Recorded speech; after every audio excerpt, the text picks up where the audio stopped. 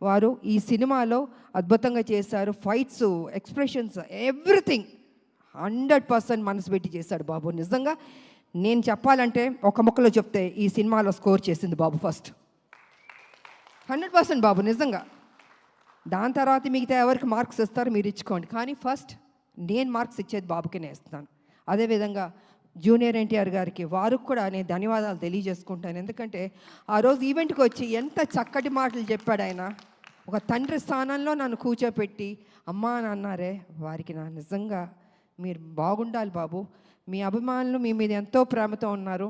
అదేవిధంగా మా సినిమా గురించి, మా గురించి, మా హీరో గారి గురించి, అంటే మీ అన్నయ్య ఆయన అయినా కూడా ఈ సినిమా హీరో.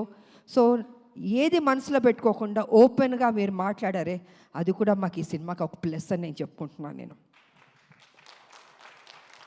కాబట్టి జూనియర్ ఎన్టీఆర్ గారికి, వారి అభిమానులకి, బాబు వారి అభిమానులకి, 2 రాష్ట్రాల ప్రజలకి, నా అభిమానులకి, మీ అందరికీ మరోసారి నా కృతజ్ఞతలు తెలియజేసుకుంటూ ఈ సినిమా హిట్ చేసినందుకు ఇంకా పెద్ద హిట్ చేయాలని మనస్ఫూర్తిగా కోరుకుంటూ, నాకు ఈ అవకాశం ఇచ్చిన మా మీడియా సోదరులు, ఎన్ని సంవత్సరాల నుంచి మీతో మేము ట్రావెల్ చేస్తాం, అనేక విషయాలు మాట్లాడుకున్నాం, ఇంకా మాట్లాడుకుందాం.